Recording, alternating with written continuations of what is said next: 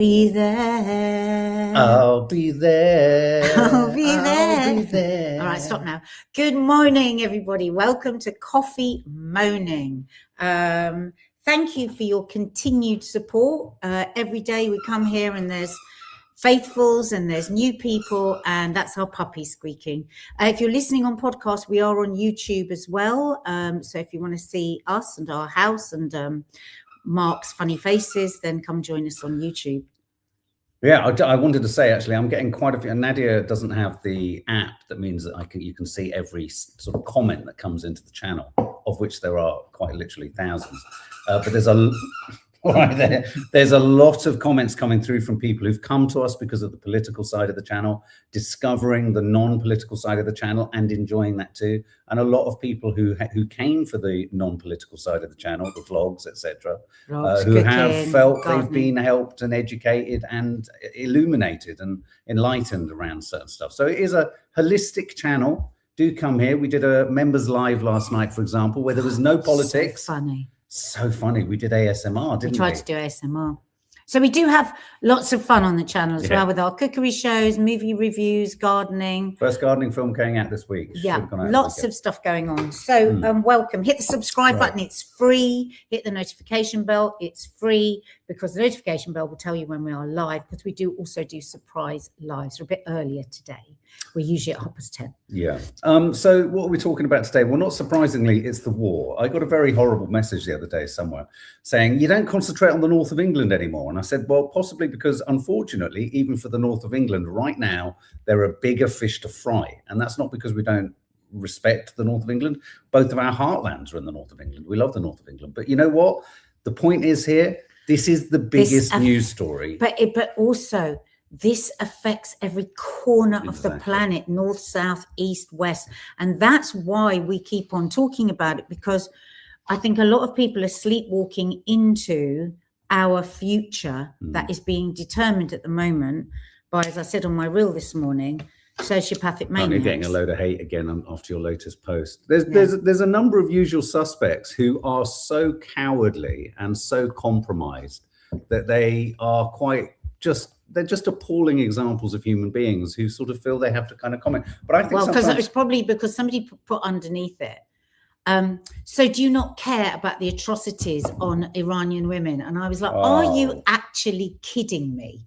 Are you kidding me? Have you seen what the bombs are doing to Iranian women that supposedly these people care about so much? Well, on that note, I've got a couple of things. I am on a mission this morning.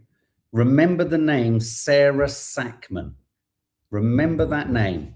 I am not letting her get away with what she's trying to get away with. She's an MP. She's commented on the school strike in Iran. She's a Labour friend of Israel. You just wait until we get to that story. I'm not going to let her hide.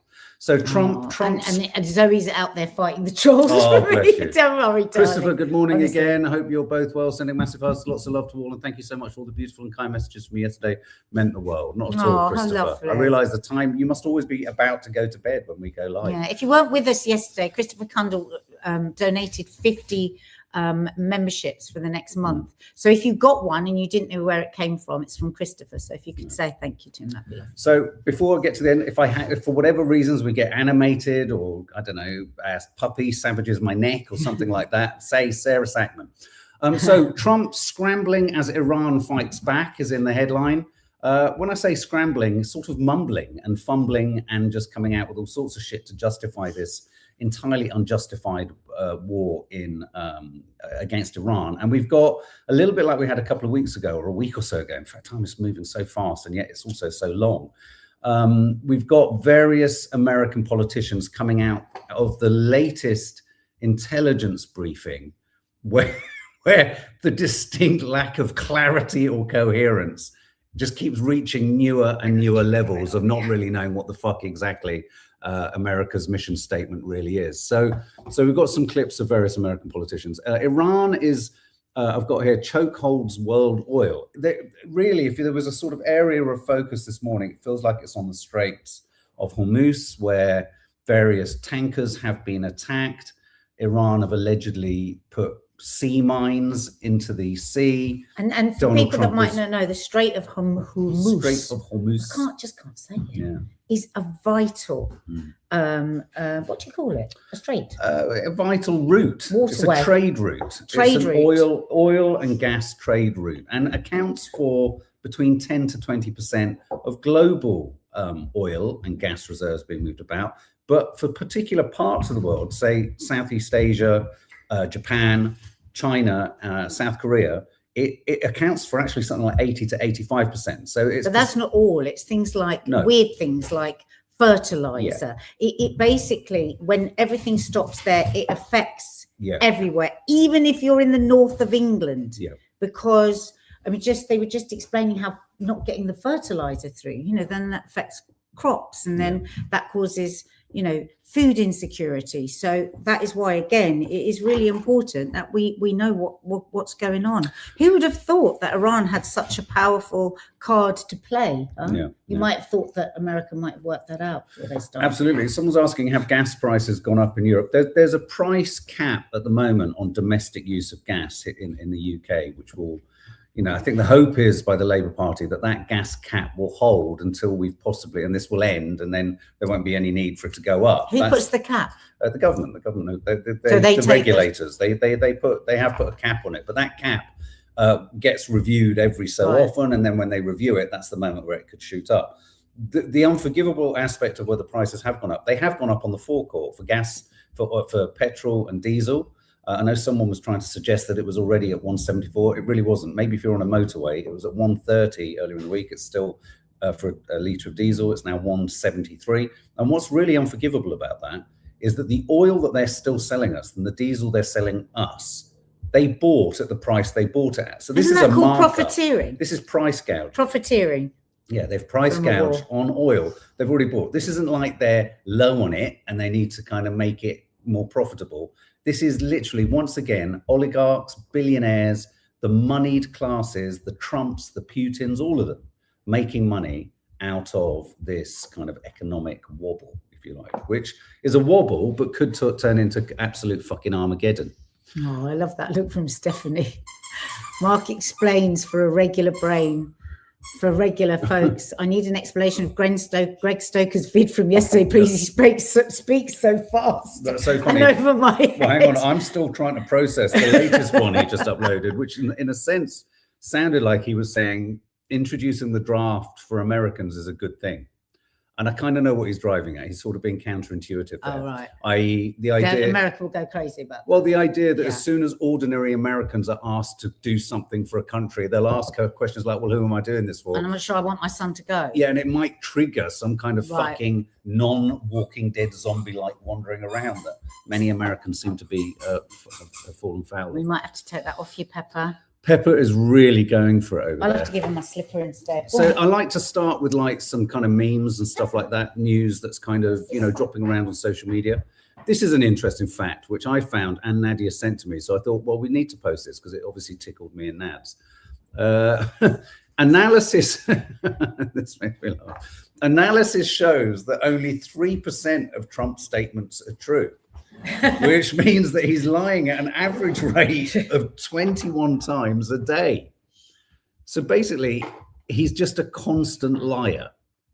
Okay, so I don't know how scientific that is, but it is kind of amusing. So there's that. It seemed quite underneath that post. Yeah, I think there's some rigor. There was some proper research done on it. Yeah, so I'm just literally, what I like to do is just float through some kind of almost memeable headlines that are knocking about, and then we'll dig into the kind of the deeper stuff. This was doing the rounds last night. Do you remember how the Israelis, the IDF, and many Americans who visited Israel would relish signing the end of bombs? Yeah. Can I just say, in principle, an absolutely horrendous, whoever you are, inclination to want to sign any bomb. We've watched it for the last couple of years in Israel, and what is it happening now in Iran? Well, so Iran have signed one, and I'm not again advocating the signing of missiles. It's disgusting, gruesome. Whoever you are. But there is a sense of humor, in a way, a grisly sense of humor behind this. Breaking message on Iran's latest missile barrage in memory of the victims of Epstein Island. Oh my God! Because it's the Epstein War, guys. Whoa. That's Iran saying it's the Epstein War. quite something. Donald Trump posted on his White House account about removing mines in the Strait of Hormuz, which is what we're going to talk about in a bit. How's he going to do that then? He's blown up. Well, because yesterday he was saying, have some balls, just go through. This man has never had to do anything like scary, has he? But he's got the gonads of an anteater. But he wants to send other people's sons and daughters to war. He says, go down the Strait of Hormuz. It's not scary. Grow some balls. I mean, who does he think he is? It's not safe. It's not safe. Well, of course it's not safe. What he did was he blew up 16 inoperative or not operating mine layers, like, you know, boats that lay mines, basically. So we're going to talk about that too. And Benjamin Netanyahu is appealing for more money. Him and Smotrich were seen on some broadcast somewhere saying we need another 12 billion. And really it was like I'm not making light of this. It was like a crowdfunding appeal. He was standing on one side. I can't find every the clip. Week they and get Smotrich was just below him to the left, with the Star of David was perfectly sat behind him, so it looked like he was wearing a crown, looked like a tiara. And he was like basically saying we need 12 billion more. He wasn't asking America, he's basically saying to the Israeli government and the Israeli people, we need even more shekels to deliver the war.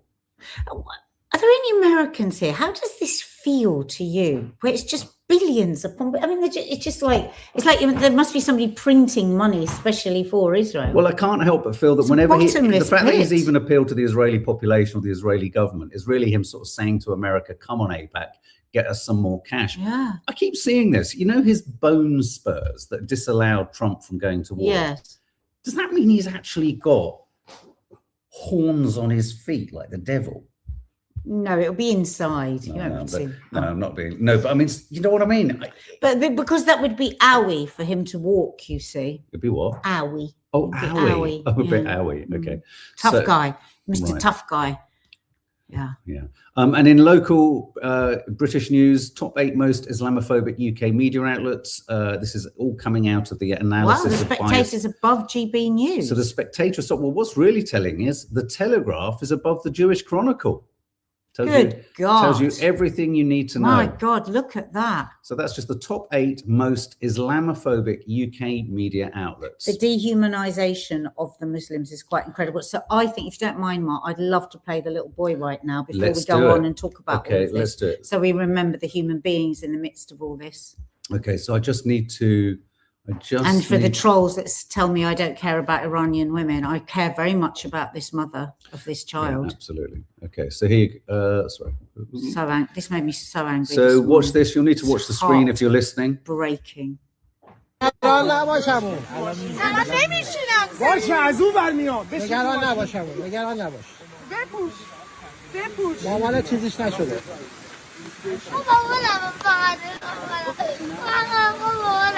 مامانت هم میاد مامانم اینا بپوشن مامان جانم مامانش میاد اونا ببین داره میاد الان میاد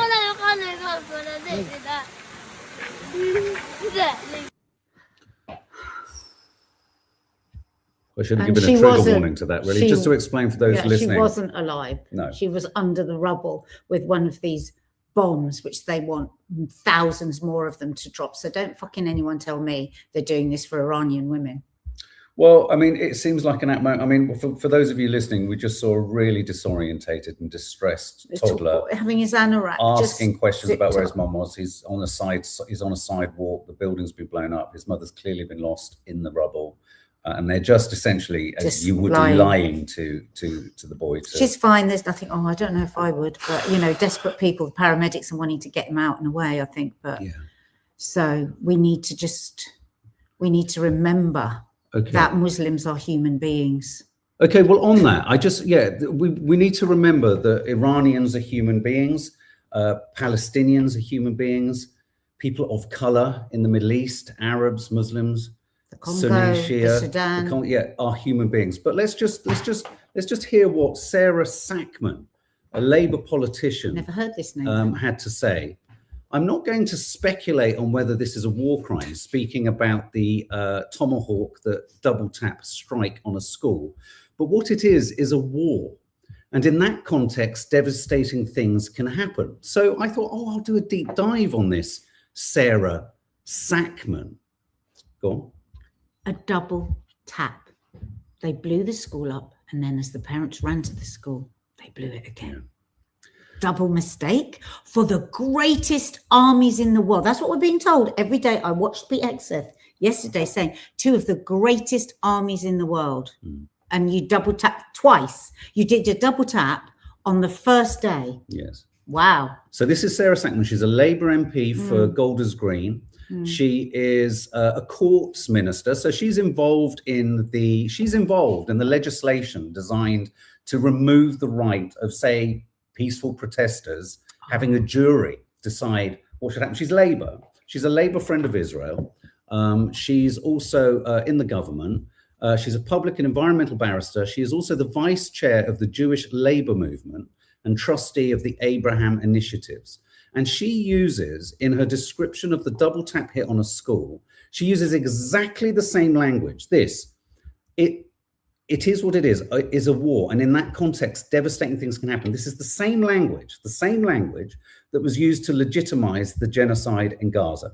This legitimized the blowing up of hospitals, the killing of journalists, the killing of aid workers, the killing of children. She is using exactly the same language, and she will be involved in the prevention of this protest, this march against the invasion of Iran, against the war against Iran. I think we have a politician here who is so complicit, so compromised, and so clearly operating for the Labour Friends of Israel, she shouldn't be in a position of authority. And for her to speak this stuff, I thought she must be a Tory. She must be reformed. I'm not going to speculate on whether this is a war crime. At what point will it become a war crime for you? When it's just Israelis getting hit? Yeah. Is that only a war crime? Because she then goes on to say in the actual interview, and I do want to press into this. You just see her at the school gates, can't you? Picking up her kids, looking really normal. She says you watch footage like that, and what you see is the realities of war. And in particular, the way that civilians right across the region, not just in Iran, but the wider region, are caught up in military conflict. So at the point that an egregious war crime happens, this is the classic rubric of a defender of Israel. So an atrocity happens to 180 girls in Iran. She immediately distracts to everyone in the region, kind of trying to inexorably get us back to October the 7th, really. It's not the same. It's not equivalent. And your job is to call out egregious war crimes. It's a war crime. Whoever did it, even if you want to pretend that you can't prove it was an American Tomahawk, it's a war crime. And the fact that she can't means she should not be standing for, she should not be an MP in this country. She should stand down, and everyone should call for her fucking resignation. Does anybody want somebody in the government that doesn't see a double tap on a school, on a primary school, as a crime? How can you be an MP? How is this allowed? How does anyone bend and contort their humanitarianness or heart around an atrocity? And what I'm talking about here is whether it was self-inflicted by Iran, done by America, or done by Israel. It's a war crime. Imagine that you go to pick up your kids today from primary school, and an Islamic country had bombed the school, right? Would there be one moment of discussion as to whether that was a war crime or not? No. And quite right. And I'd love to know what Sarah Sackman would have had to say if anyone for a nanosecond had quibbled about the violence on October the 7th. If anyone had quibbled, this is what happens in a war. If anyone was to have said that of October the 7th, what would Sarah Sackman have said? Sarah Sackman needs to be sacked. It's unforgivable. Outrageous. If she doesn't believe that's a crime. And she's a lawyer. She's a high-ranking member of the Labour Party. She is inextricably entwined with the rules and the new laws coming in from Levy and other Zionist stooge, wanting to remove juries, specifically including any cases that involve protest, so that peers can't decide. Your peer group can't decide on what is right and what is wrong. Wipe away the death of all those children. Absolutely monstrous. Well, we've been so groomed over the last 2 years to see children's bodies piled up that they think that it just takes a couple of sentences to shut us up. But, right? but where she falls foul and what she doesn't realize, and she thinks she's playing fast and loose and smart, but you're not. Zionism here. This is Zionism. Regardless of, even if it was found white out, supremacy. Regardless, even if it was found out, eventually say that Iran bought a Tomahawk, flew it to Israel, fired it at their at their own school, and took their own children out. Imagine if that was. It's still a war crime. The demonstrable fact is a war crime is being committed regardless of responsibility. And the fact that she can't call it out speaks to one thing, you Labour friend of Israel, Labour MP, you're racist. Yeah, this is white supremacy.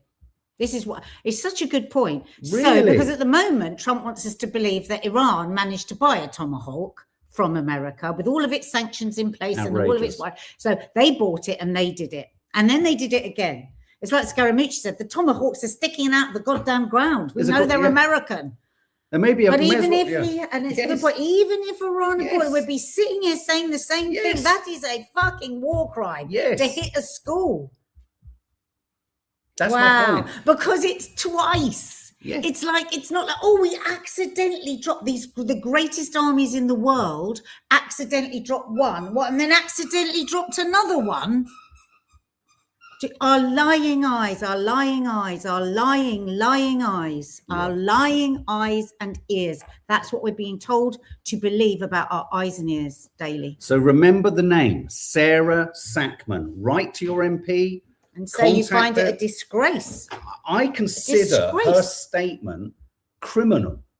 To not call out a war crime, regardless of who's culpable for it. It's a war. There's no legitimate act of war that allows for the double tap strike on a school, unless you are using the same playbook that you used in the Gaza genocide, which is every target is a legitimate target because nearby. Because every single, this is what we were told by many people, even the babies, they're all terrorists because they're going to be terrorists when they grow up. Remember, that's what we heard often. Exactly. Remember that face, Sarah Sackman. Disgraceful. An absolute disgrace to British parliamentarianism. Get rid. So sorry, that was that, and I'm pleased you took us there because I think through the awful experience of that poor child, the lack of humanizing of the Iranians, and that really kind of does take us to the topic of this, which is remember that little boy. Post that little boy. Post that little boy over and over again. That post and tag in Sarah Sackman. Was it Sarah? Yeah, Sarah Sackman. Sarah Sackman. Remember that. Remember that. Sarah Poor Sackman. Little boy having his little anorak pulled up and his mum's under that rubble. My God. Now, in the same breath this morning, it's important to clarify the march. This is the Iran. Look at this. This is how it's being reported. Iran regime hate march. Oh, here we go again. Hate march. You're the ones filled with hate. To be static protest after Shabana Mahmoud ban. This is important to just talk about. This is the Al-Quds march. The government has approved a request from the Met Police to ban a march due to take place in London on Sunday. Home Secretary Shabana Mahmoud said it was aiming at preventing serious public disorder, which has always been seen, because the Al-Quds Day March has always been seen as a pro-Iranian march, though organizers say it is more of a pro-Palestinian event. Now, what gets complicated about this is there's a lot of desire, again, in our government and everything. And none of this is about legitimizing an Iranian regime that has egregious human rights issues. Of course, we know that. We all know that. But we are not the self-anointed police officers or gimps of the police officers to go around and police what other countries should do. I mean, God forbid. Otherwise, we'd be saying, why doesn't someone get into America and get rid of the head of that snake, Trump? Who's brutalizing his own people. Exactly. It's not how it's supposed to work, unless of course you're brown and you're Muslim, in which case yes, it is. So, but the question I just wanted to ask: are we actually saying that to demonstrate any solidarity with Iran is somehow wrong? Is that what they're trying to tell us? It's like they're trying to say, it's like the same thing as Palestine Action, almost, isn't it? Yeah, I mean, are they a prescribed terrorist? No, they've wanted the IRGC to be prescribed as a terrorist organization, which Again, parking to the side the egregious human rights, which we know of, well aware of. But let's not forget, the IDF isn't a proscribed terrorist organization, and they've committed some of the most egregious, and if not filmed the it, most egregious, and filmed it and posted it. Exactly. We can see them at any point. We've all got them saved in our phones. I think we're all past the idea that actually the prescription of organizations as terrorist organizations simply suits those colonialist, imperialist, white supremacist, Israeli Zionist supporting regimes. It's about delegitimizing any resistance. That's what the prescription of terrorist organizations is about. So the idea even that you could prescribe another country because you don't like the country's army as a terrorist organization strikes me as patently absurd. You cannot like them and you can go to war against them. But what prescribe them? So yes, there is a desire to be able to do that. But I think this is about Labour and everyone in this country wanted to say that if you have any sympathy for Iran, as in this regime and it not being changed by us, you're a traitor.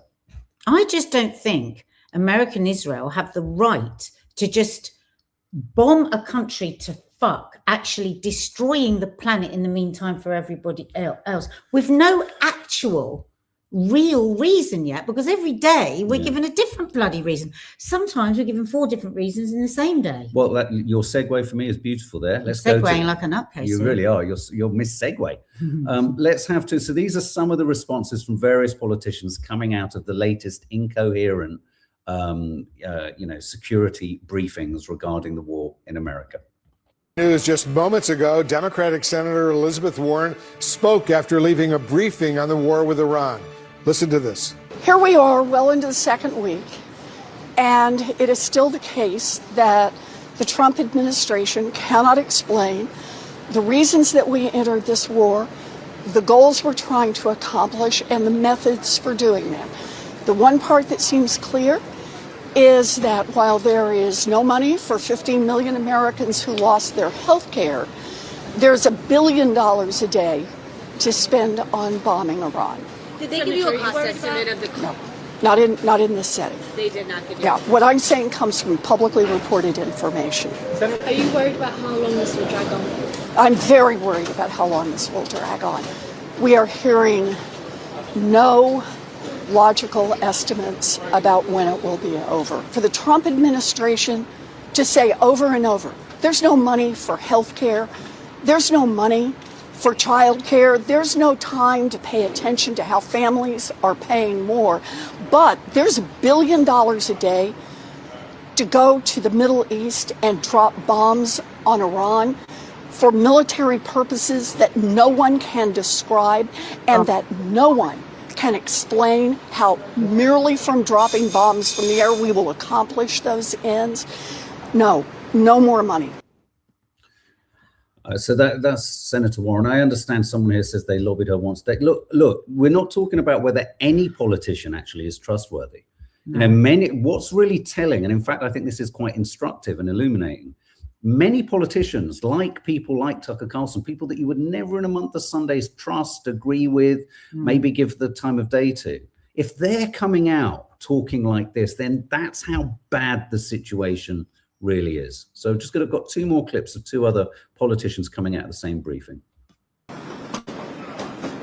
I emerged from this briefing as dissatisfied and angry, frankly, as I have from any past briefing in my 15 years in the Senate. I am left with more questions than answers, especially about the cost of the war. My questions have been unanswered. And I will demand answers because the American people deserve to know. And I guess I am most concerned about the threat to American lives of potentially deploying our sons and daughters on the ground in Iran. We seem to be on a path toward deploying American troops on the ground in Iran to accomplish any of the potential objectives here. And there is also, as disturbingly as anything else, the specter of active Russian aid to Iran, putting in danger American lives. And the final response is this one, just final clip of Ferris. And again, I get it. A lot of people saying he's a friend of Lindsey Graham. We're not popping these up as but advocates. think about that. So think he's about a friend this. of Lindsey Graham, That tells you everything and you need he's to know. saying that Lindsey Graham. Yeah. A disaster of epic proportion. I just came from a 2-hour closed-door classified briefing on the war. It just confirmed to me it's totally incoherent. We are not going to be able to achieve any of our stated objectives. But I mention it because it's another closed-door briefing. We have still not yet heard a full explanation as to why this is necessary. We still have had no hearings in front of Congress that the public can see. And I think that's pretty simple, because if the president did what the Constitution says, come to Congress to get authorization for this war, he wouldn't get it.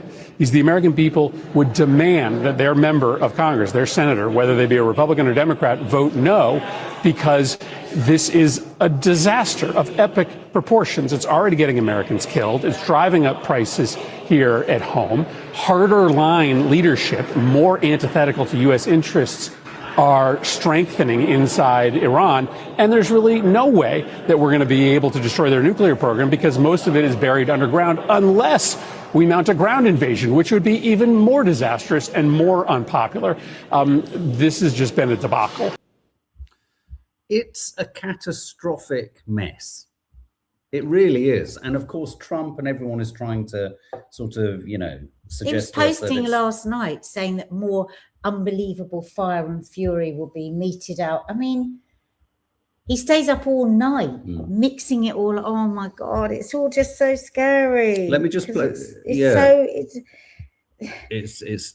know what? Even if there was like a through line, like if them saying this is what we're still, everything is still horrific, horrendous, but just this, there's not even a pretense. They don't even think the world deserves some kind of a half-assed like reason for why they're doing this. I just want to play you this. Disregard for us all. Let me just qualify who this is. Again, it's a lot of independent content creators, some of them, on the American side of things. This is Quinn_O'Flynn.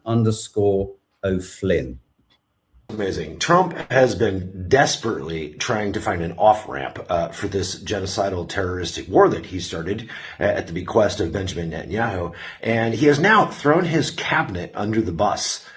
All right.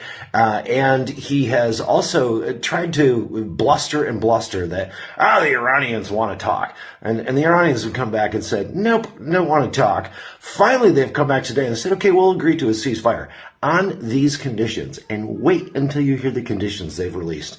The first one is hand Netanyahu over to the ICC. Love it. Immediately, they go on to occupied Palestine. Withdraw to the October 7th borders. Cancel Trump's Gaza plan.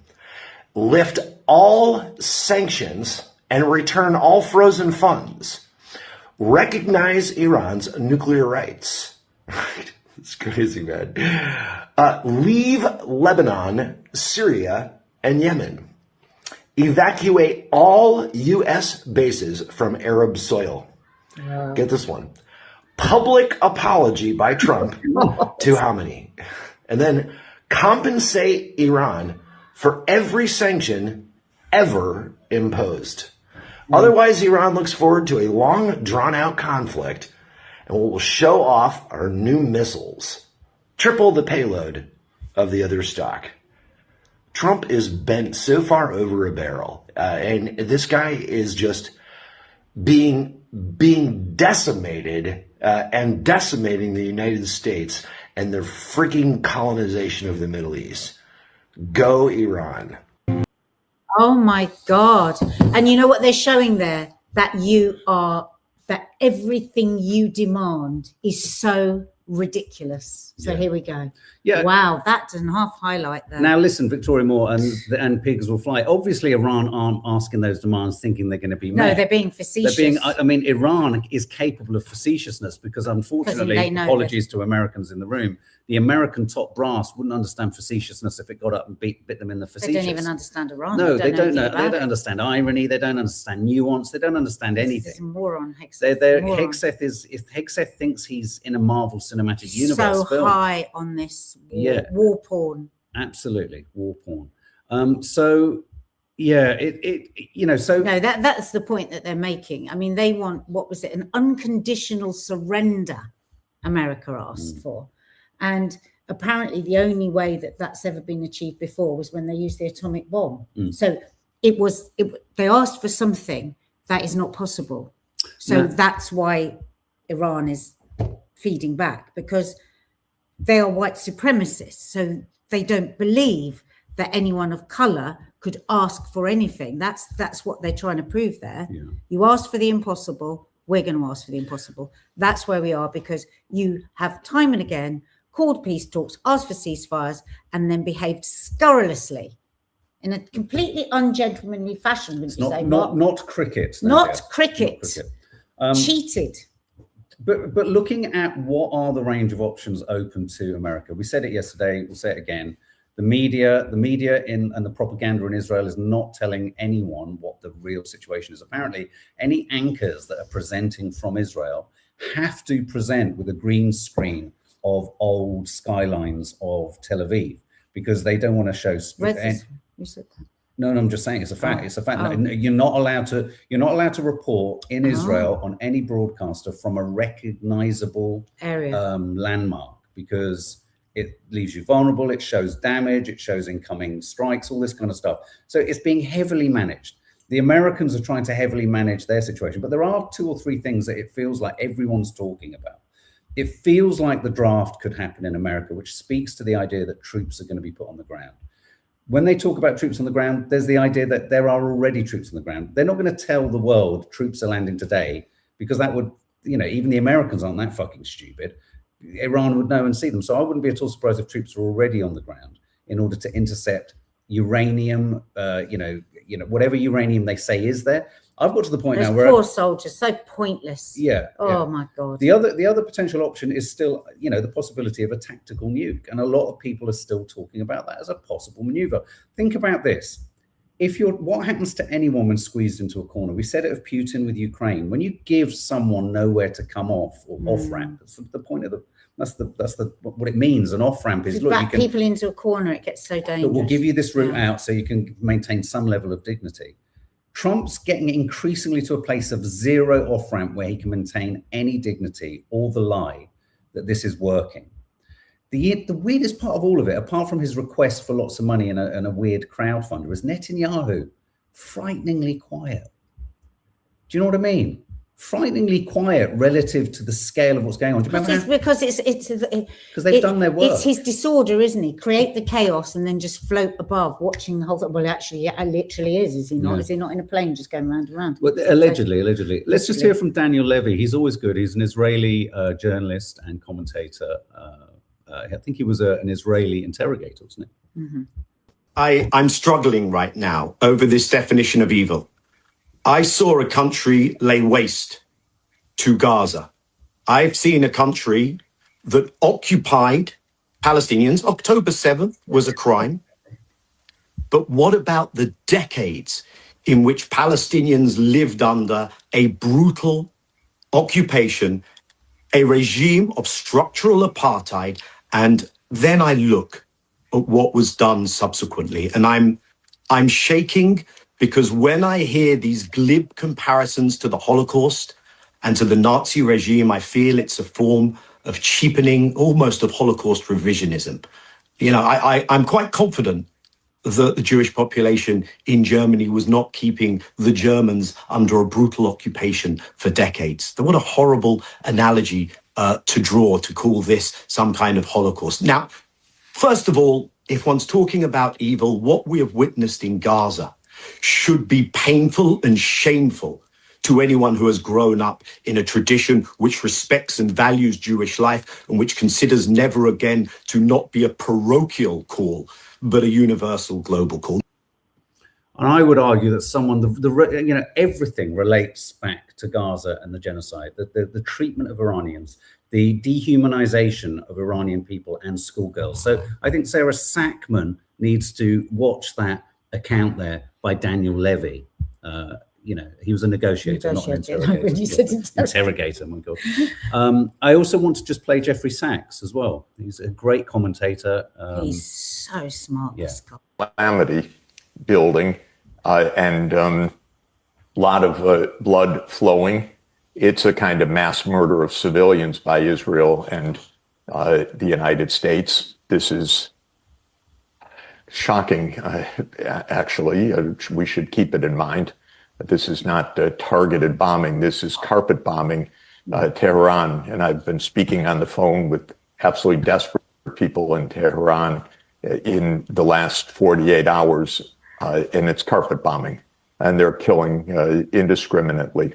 So this is a disaster that is not likely to go away. No one's claiming in Israel or the U.S. that it's likely to go away.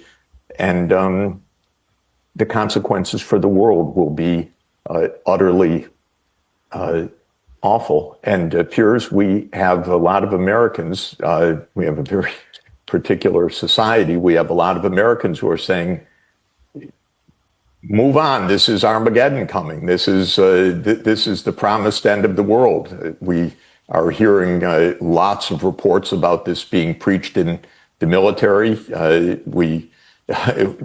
We're seeing a lot of people who believe that the worse it gets, the closer we are to the second coming of Jesus Christ. And that's a motivating factor in the United States, I have to tell you. It's a significant part of Mr. Trump's base. And so bad news is not necessarily deterrence. It may just mean escalation to Armageddon. It is a grim situation that we're in. We've not seen anything like it, actually, since World War II. This is even beyond the Iraq War. They then had, I won't say the dignity, but they then had the impulse to hide the motivations. Here, there is no impulse to hide the motivations. It's just complete kill anybody and kill everybody and overturn this society of 100 million people and an ancient society of 5,000 years. So it's dreadful. Professor Jeffrey Sachs, I've interviewed you many times. I don't think I've ever heard you speaking with such raw emotion. But I appreciate you coming back. We're heading to World War III, and we're being led by extraordinarily violent governments. So just take a moment. Just take a moment for that, because when we're worried about council tax and things like that, all these things are interrelated. Everything is inextricably entwined. But forgive us for focusing on this. Well, even that will be the focus, because everything is going to affect the global economy. Yeah. And all those poor souls that are just seen as nothing, that can just be blown sky high. And I would go so far as to say that what's really worrying about our government in its attempt to placate the left and not be part of this war, but to do enough to be part of this war. Let me just show you this image, which is kind of telling enough. She's doing the rounds. This is a photo of John McAvoy, brilliant independent journalist on X. This is a photo of US soldiers at RAF Fairford. They are loading bombs due to be dropped on Iran. Does this look defensive? Britain is knee-deep in this illegal war, because, of course, our language is that we are operating defensively in this conflict. As we've discovered, the most appalling exploitation of the term self-defense was conducted by Israel. Self-defense, an entire genocide, was legitimized by the phrase self-defense. Self-defense, and still is every day. So I don't ever. It doesn't calm me when the government says, "Oh, we're only operating defensively." If you're firing a missile at anything, it's not defensive. We are involved, and that was the point I wanted to make. Finally, we're on the side of radical Christians or radical Zionists But our government is still trying to, in the kind of, trying to stop Iranian support or Iranian sympathy. They're telling us the only people we should fear is Muslims. Yeah, I am much more afraid of the Christian fundamentalist Zionists in the White House. I'm terrified of them because they believe if they blow up the world, Jesus will come again, and then the world will be perfect for 1,000 years. So, storybook time. These are the headlines today across all of our media, the mainstream media. Cargo ships hit in the Strait of Hormuz, as Trump says Tehran will face never seen before. You fucking giant what's-it moron. Cargo ships hit in the Strait of Hormuz. He's got a vocabulary of about 100 words that he just uses over and over again, like never before, like never before, like never before. Oh. I know. New supreme leader safe despite war injuries, says Iranian president's son. Iran retaliates as Israel pounds Lebanon. There's an image there in Beirut. Look, it looks like a scene from. Never forget what's going on in Lebanon and Gaza at the moment. This is interesting. This headline is really interesting and tells you just how stretched the American army is. Hasty redeployments of US missiles from South Korea to the Middle East leaves Seoul rattled. South Korea has literally just gone today. What the holy motherfucker are you doing? The American army are scrambling interceptors and missile and weaponry from other theaters of potential conflict, potentially leaving South Korea vulnerable. So they are kind of getting assets like on a game of chess. They're trying to get military assets from other parts of the world. I mean, this happens all the time, but it's quite sudden enough to rattle South Korea, who now feel vulnerable, obviously, to North Korea. US ways sending forces into Iran to secure nuclear stockpile, reports say. Aramco warns of oil market catastrophe unless Strait of Hormuz reopens soon. Meanwhile, Nigel Farage is accused of a U-turn as he says UK should keep out of Iran war. Who saw that one coming? I thought the flat-capped, cloth-capped Del Boy wasn't for turning. But there he is in front. That image. What a grifter! He just goes with whatever. He's just suddenly thinking, "Oh, this isn't going to be popular. Maybe I should be." So we should have gone in hard, and now we should not go in at all. What a load of old nonsense. Hasty redeployments, we've done that, and how Iran's horizontal warfare could trap Trump in another Vietnam. Horizontal warfare basically means how Iran are spreading the theater of conflict into the Gulf states, into the economies. Iran have threatened to bomb all banks run by Americans or Zionists. They've actually issued an instruction to the Gulf states saying, make sure you are far from any banks or financial institutions. So you can see how they're trying to fight back. Let's not forget, everyone, who started this? Israel. Well, they didn't, but they were about to. So America did. So they pulverized, yeah.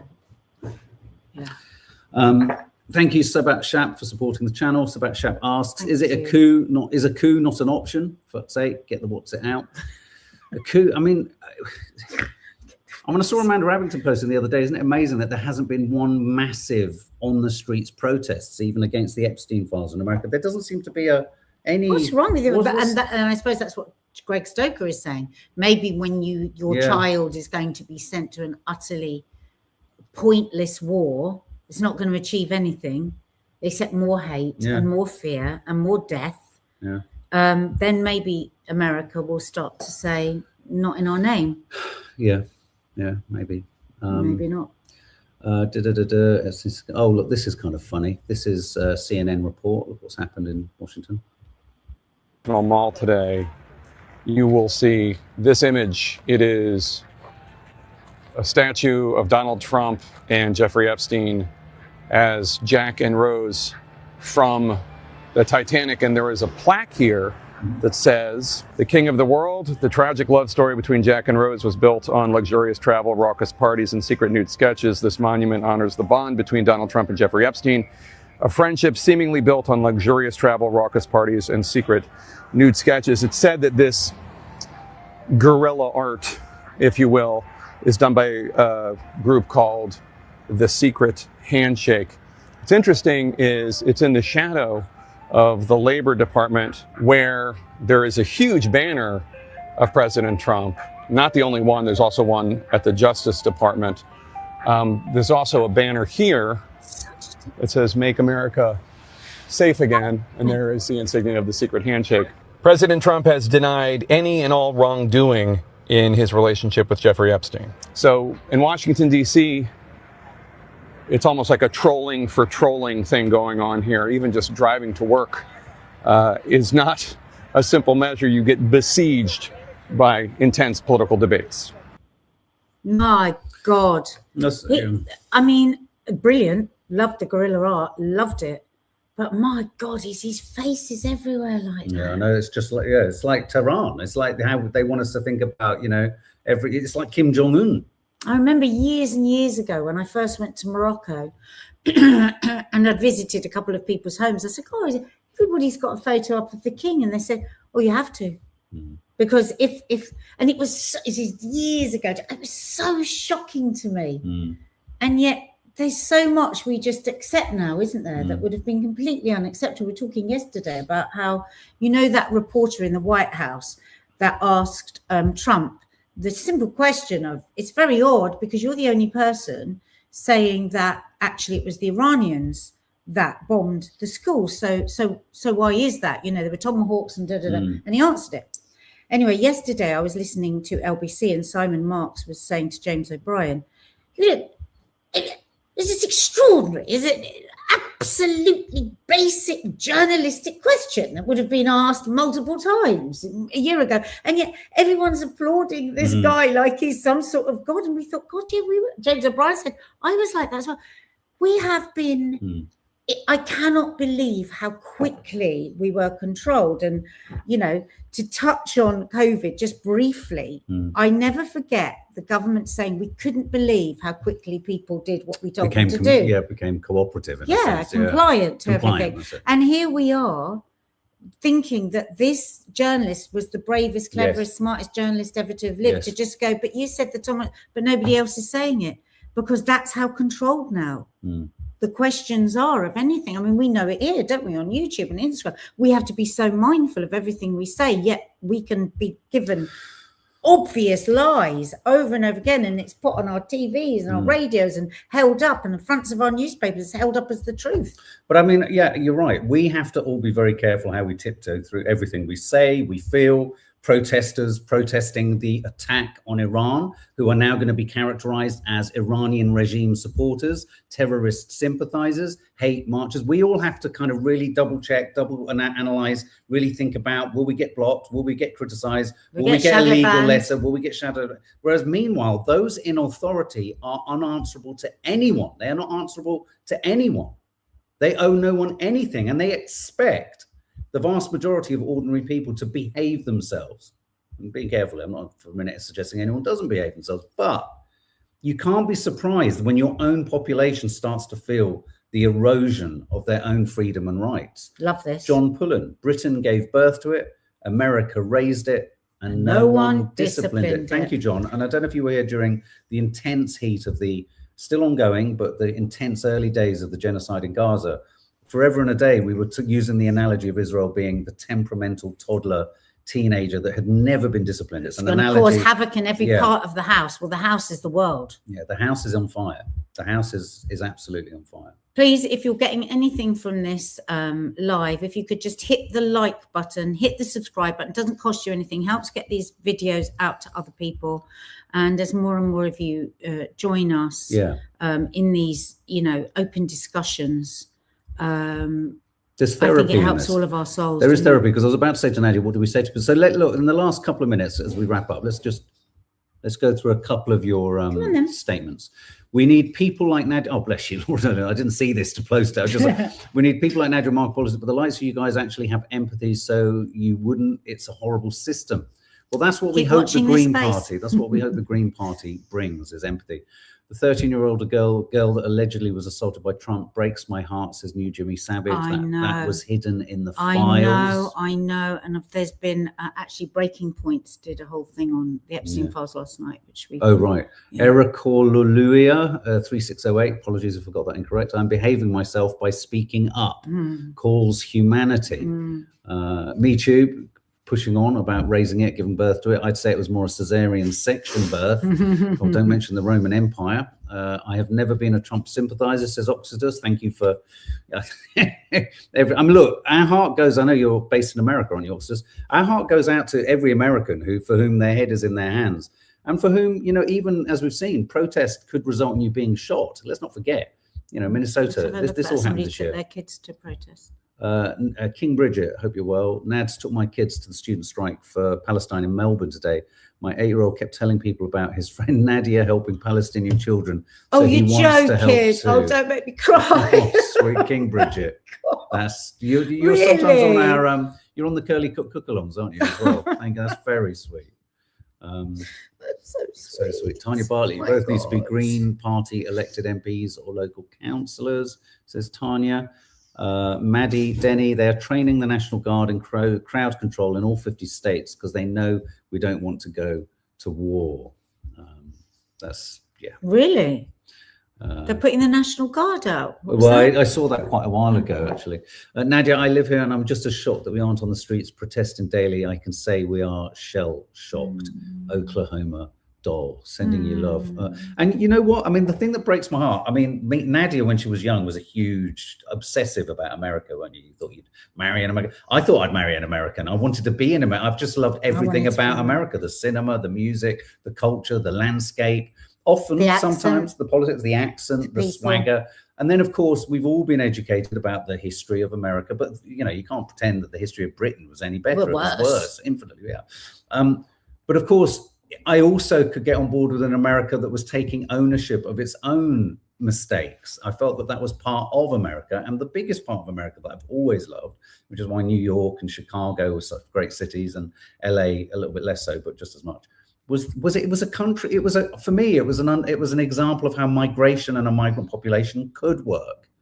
Obviously it doesn't in great swathes of it, and that's dependent on where you are in America. But this going on now, I feel like I feel kind of heartbroken. Yeah. About America. As many Americans do. Yeah.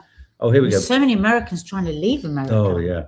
And that's quite underreported, isn't it? Braxton has snake eyes. I think you're in Louisiana, aren't you? Is that right? Am I right in thinking that? Interesting how American citizens in Mexico are being told to stay put after the cartel leader got smoked, causing mayhem. And now American citizens in the Middle East are being told to ride out and leave. Yeah. But apparently they're not getting help. No, the email return from the American government to Americans stuck in Israel and wherever, it's very cold and like you're on your own, matey flip. But we can't help you. It's very un-American. But America's like, I filmed when I worked in New York for about 5 weeks, and we were filming in all the hospitals, Mount Sinai and all that kind of stuff. Having seen up close the moment where someone's brought in as an emergency, and the insurance payment aspect is brought onto the table straight away. It's tough as fucking hell. What's your insurance? Get your credit card out before we treat you. It's like, what? Really? Fucking hell. It's just it's quite shocking. Transactional. Oxtus, you're not. Isn't it interesting how whenever he speaks about Trump, indigenous people, he spits it out. He finds it the most disgusting word. Indigenous people. Well, let's end on this positive thought. Fizzy-wig. USA been murdering for 200 years, Britain for 400 years. Yeah. And as we found out yesterday, through sanctions and economics, America's killed 38 million people on the planet. 38 million through sanctions and economic constriction over 30, 40 years. So anyway, guys, keep your comments coming in. What about the funnies that I sent you? Oh, did you send funnies? Yes, I did. Oh. I sent you them last night so you'd be prepared. Oh, I do apologise. Okay. That's why I did it last night. If you keep chatting, and I will find them. I did it last night. Yeah. Lots of emojis. Yeah, hold this. To tell you. I'll probably be easier to find it than you. Oh, what about that one that you said that was funny? Your own one? Oh, yeah. Because we like to end with something a bit lighter so that we don't leave you with the abject misery of the world. Just trying to find the... Here's your one. But it's going to take me a moment. Okay, so let's read some comments. You could do me a favour there. So... Maybe read them out rather than trying to put them up. Here we go. Yes, sir. I'm from Louisiana, and the main accents in the States are Southern, Midwestern, East Coast, especially in New York, Philadelphia, Jersey, Chicago, and Baltimore in the Northeast. Oh, thank you. I'm going up and down. I'm not very good at this. No, I know. What's That's this why I'm one? trying to go fast. Tanya Bartlett, I loved USA, been a few times now, and I could not go back at the moment, not in these times. I've been to Hawaii, New York, and Orlando. We talk about this a lot in this family, just like the sadness of we can't see when we might ever visit America again. No. I mean, if he gets his way and he cancels the midterms, do you remember when he was campaigning, Trump, he said, get me in, MAGA, and you will never have to vote again. Yeah. I remember he said that over and over again, like this will be the last election, because it's going to be forever. And I suppose Jared Kushner or Barron Trump will just take over. The dynasty will continue. Exactly. Here's a funny. Therapist that I'm experiencing overwhelming political rage, and she said, where do you feel that in your body? Girl, what? Literally everywhere. It's my new aura. I set fire to houseplants when I walk by. How do I journal this away, Barbara? Oh, I hadn't seen that. Oh, that's great. Can I have a look at it again? Yeah, of course. Therapist that I'm experiencing overwhelming political rage, and she said, where do you feel that in your body? Girl, what? Literally everywhere. It's my new aura. I set fire to houseplants when I walk by. How do I journal this away, Barbara? Oh my God. Brilliant. What's her name? Oh, she's fantastic. We love that. Her account. We love a good funny to end the day on. Her account is Dev and Daily. Devon Daly. Devon Daily. Devan Daily. DEVAN Daily. Oh, Okay, thank guys. you so much, Thank guys. you. We will be here tomorrow. And at something else will be 10:30. landing later today, a vlog. So And enjoy. please hit the subscribe button and the notification bell. Doesn't cost you anything. Hit the like button if you've got anything from this live. It's a real help to us. We appreciate it. Take care, guys. Bye. Bye.